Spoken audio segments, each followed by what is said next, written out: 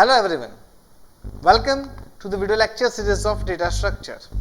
Our today's topic is analysis of algorithm. Hi, this is your instructor Janice Shah. So let's begin with the today's outlines. Today we are going to talk about the algorithm, then abstract data type, then performance analysis and measurement. Then we will see space complexity, time complexity and asymptotic notations and examples of space and time complexity. So, let us begin with the first, what do we mean by algorithm? Students, as you know, algorithm is a step-by-step instructions that is followed to complete a particular task. Here, algorithm should have some specific criteria.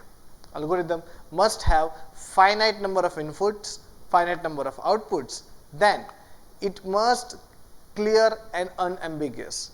Okay, it should not be more complex. Fine. Then when you trace or when you try to trace the algorithm instructions, then all the cases the algorithm terminate after a finite number of steps. See, it should not be run into infinite number of steps. If I give algorithm to find out the factorial, then we have one condition like if n is equal to 1, then it must returns 1. That means your algorithm ends at one point. It should not go into the infinite loop. Next, effectiveness. Your each and every instruction can be very much effective and any person can easily understand it. Your each operation must be defined and also be feasible. See, here we talk about the solutions which are feasible solutions, okay, not a random solution. Okay. Next topic is abstract data type. See students, abstract means to give overview of something. Same like that, here when your internal representation is hidden from the client, then that data type is known as abstract data type. The ADT is a type of objects whose behavior is defined by the set of values and set of operations. Fine. Now, next, an implementation independent view, that is known as ADT, like stack, linked list, array. These all are the non-primitive data types and all are known as ADT. Now, how to measure the performance and analysis of an algorithm? See, here you can see the some basic questions. Okay. So, identify the performance of an algorithm, students. You need to check out the very basic questions. The first one is like, is your algorithm provide the exact solution of your problem? Okay, you have problem, that's why you are defining some solutions or step of instructions to solve them. Okay, so is your algorithm is providing a perfect solution of a problem? Is it easy to understand? Is it easy to implement? Then how much memory space required to solve the problem, and your algorithm occupies how much amount of time for its execution. Okay. So, these are the basic questions from which you can identify the performance and of an algorithm. Next, the analysis and performance measurements. Students, the analysis and performance measurement is done by the two things. The first one is a space complexity and second one is a time complexity. See, the space and time complexity goes vice versa. If you focus on the space complexity, then many times you may not get the proper accord in the time complexity. If you want to try to reduce the time, then your space might be increases. Okay. So, here the space complexity, that means the amount of space occupied by an algorithm. How many variables you have defining in that particular algorithm that declares occupies the space. Okay. Then the next one is the time complexity. Students, time complexity, that means how much amount of time your algorithm is going to take for its execution. Okay. Now, here the space complexity is further divided by into two types. The first one is a fixed size and second one is a variable size.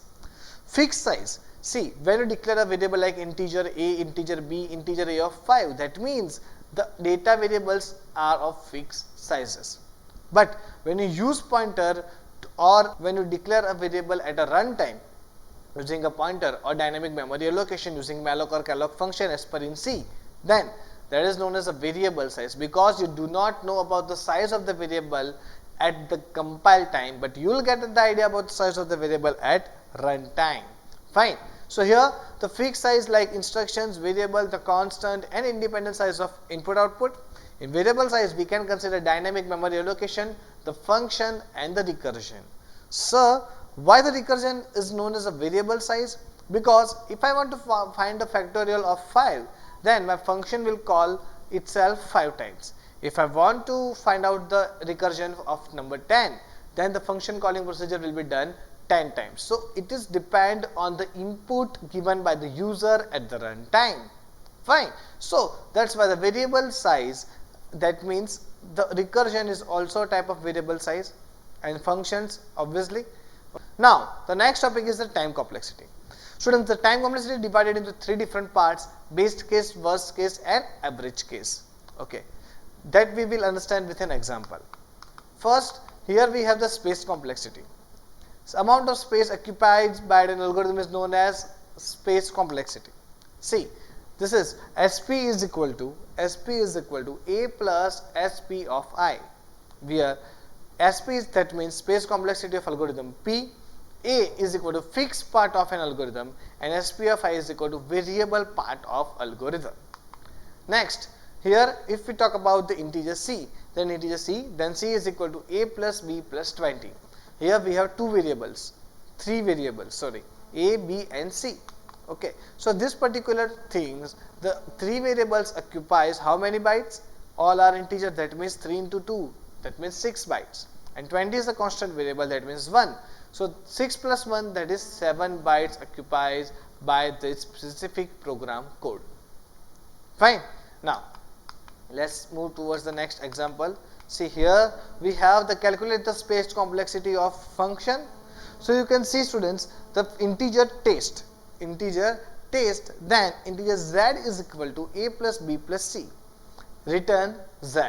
So here how many variables are there? Z, A, B and C. 4 variables are there. Fine. So these all 4 variables occupies how many bytes? 8 bytes. So 4 into 2, that means 8 bytes. But remember, here you are returning something. That means the return z is also considered as another variable. That's why 8 plus 2 becomes 10. Fine. Now next, number 3, calculate the space complexity for this particular function, that is integer sum, integer array and integer n.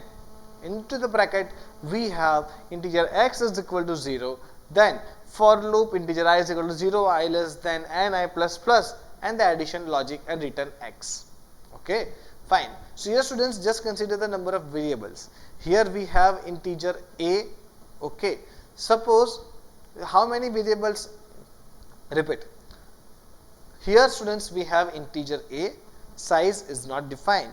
Fine, so we take the size as n only. Now the rest of the variables are x, I.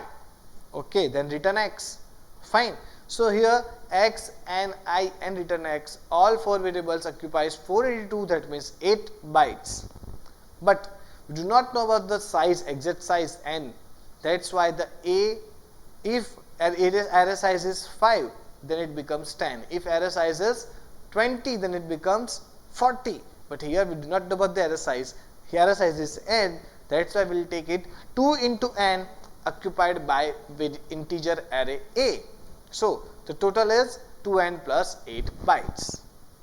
Fine. Okay. So let's begin with the next topic. Next we have the time complexity. See, the time complexity, that means the amount of time taken by an algorithm for its execution to produce the exact result. Okay.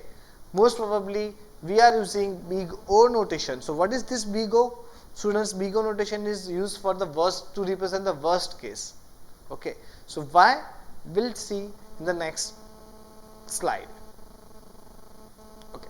So now the next we have the objectives of the time complexity analysis. Okay. So to determine the feasibility of an algorithm, we need to understand about the time complexity. To compare the different algorithm before implementation. See, each and every problem has multiple solutions. Out of these multiple solutions, students, we need to identify some feasible solutions. Okay. From the feasible solutions, we need to take optimal solutions. Fine. Feasible solution, that means the solutions which are possible in practical ways. Optimal solution, that means the solution that occupies minimum number of space or minimum number of time. We mostly focus on minimum number of time, because as the number of years gone in the technology, we all know that now the space is already reduced. Okay, we already have 32 GB or 128 GB memory card in a smaller size. So we do not worry about the space, but we have to focus on the time, because what we need to complete our task in minimum amount of time. So time complexity is a measurement from which we can compare both algorithms, that which one is better, which one is executed in minimum number of time. Next, the algorithm is based on the amount of work done by the algorithm. The time complexity is expressed the relationship between the size input and the runtime of the algorithm. Students, to simplify the analysis, we sometimes ignore the work takes as a constant amount of the time and independent problem input size. Many times, students, we ignore the constant amount of time. Now, the next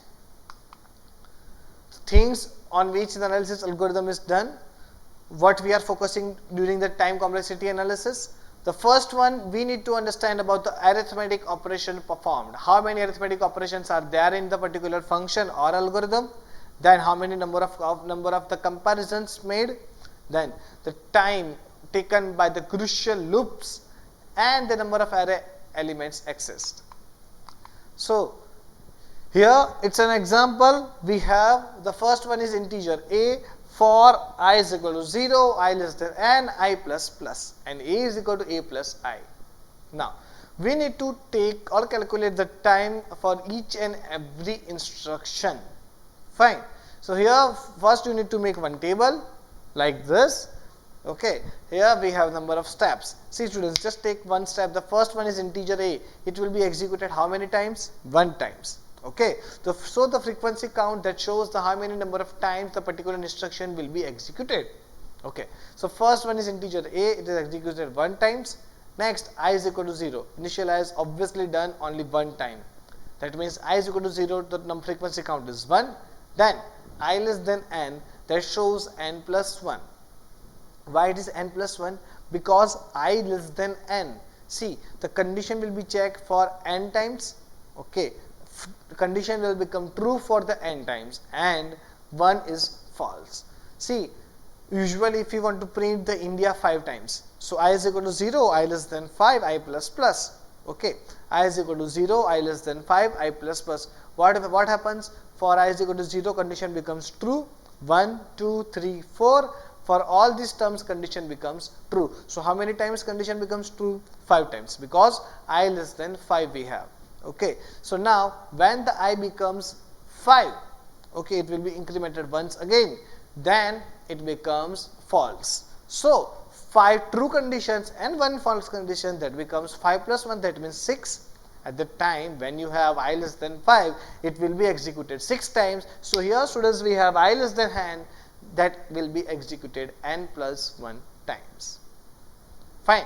So now next we have the I plus plus. Obviously I plus plus how many times? N times, 5 times, that means n times.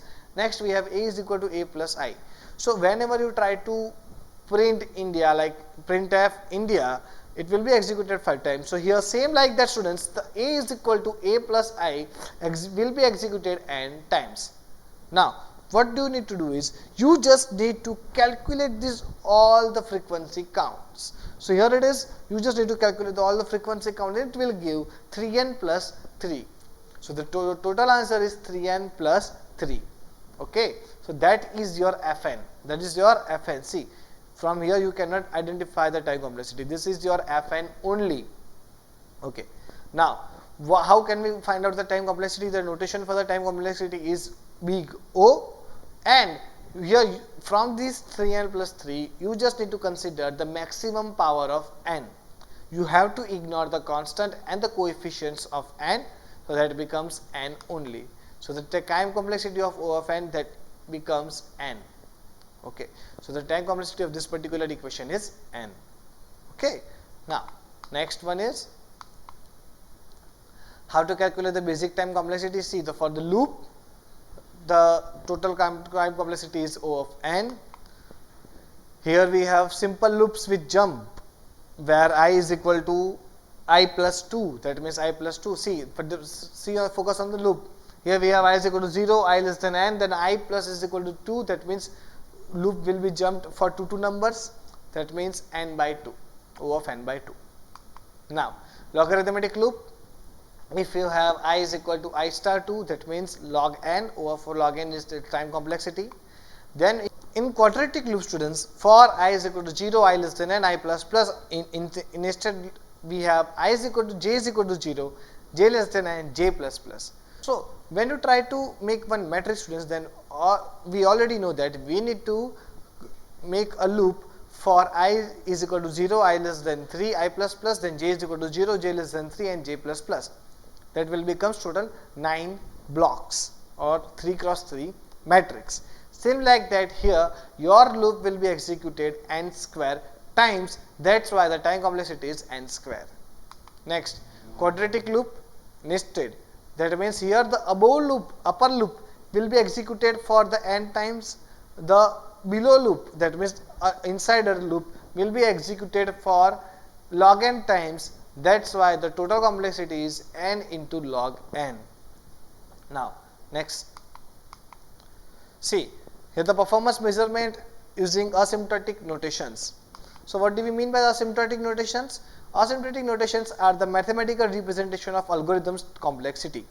As you know, we are going to divide our cases into 3 different parts: best case, average case and worst case. So, students, for each and every case we have one unique notations, that like for best case we have omega, for average case we have theta, and for worst case we have big O notation. Fine. So, here we have the first one is the best case. The base case is represented with the omega notation that shows the lower bound of algorithm. So, what do we mean by, students, the base case, average case and worst case? Let me explain over here first. Here just imagine a situation that you have an array of 10 sides where each and every element is inserted like 10, 20, 30, 40, 50, 60, 70, 80, 90 and 100. Okay. Now, if I ask to search 10, how many iterations or how many searching comparisons you need to do is? Only one, because the 10 is at the first place. Okay. Suppose if I ask you to search 50, then how many comparison you need to do is? Like 10 and 50? No. 20, 50? No. 30, 50? No. 40, 50? No. 50 and 50? Yes. So, you will get your answer at the 5th comparison. That is known as your average case. Suppose if I ask you to search 100, then you have to reach at the last point and you will get your answer, that is 100 at the 10th position. So, for finding out the value nearest, that is a minimum number of steps, that is your best case, in middle of something, that is your average case, and at the end of the array, that is your worst case. Usually, students, we talk about the worst case only. Why? If you imagine a situation that when you are going to taste something, then you have to taste in worst case scenario. Suppose we talk about the Tupperware theory, they usually taste the Tupperware box. Okay, they throw it from the 10th floor or 12th floor and try to taste the durability of that particular plastic box. Okay, that whether it is broken or not. If the Tupperware team, when they throw the box from the 10th floor and it broken down, then they can easily say that in worst scenario you can throw our box from 9th floor, still it is unbreakable. Okay, so that is a scenario we can usually take for the testing purpose. Same like that, when you talk about the algorithm worst case, you have to think that in worst scenario how much your algorithm will be performed well. Okay, fine. So, here is a best case that shows the lower bound. Okay, this how to describe the best case complexity. If we have, students, Fn and Gn, where Fn is the time complexity and Gn is the most significant term, then Fn is greater than or equal to Cg of n. Fn is greater than or equal to, condition for the best case is Fn is greater than or equal to Cg of n, where n is greater than n0 and C is greater than 0, n0 is greater than or equal to 1. Then we can easily say Fn is equal to omega g of n. See, if we take an example that we have Fn is equal to 3n plus 2 and Gn is equal to n, Then students, we need to identify the n which satisfy this condition, fn is equal to omega g of n. So here we have for n and c, the values are c is equal to 1 and n must be greater than or equal to 1. Just put down the value over there. If you put down n is equal to 2, then 3n plus 2, 3 into 2 plus 2, that becomes 6 plus 2, 8, and g of n is equal to 2. Obviously, 8 is greater than c g of n. That's why we can easily say that it satisfies the condition f of n c g of n. What is the value of c? C is the constant. Okay. Here is the graph. You have to draw this. That this graph shows the fn is at the upper level of g of n. Okay, c g of n. That shows the lower bound of algorithm. Okay. Now, next we have asymptotic notation theta. That means average case. So students, theta shows the average case. Here is the graph of the theta. You can easily say that the f of n is middle of c g of n and c to g of n. Okay. So theta shows the average bound of algorithm. It described like this. The condition for the theta is c1 g of n is less than or equal to f of n, which is less than or equal to c2 g of n.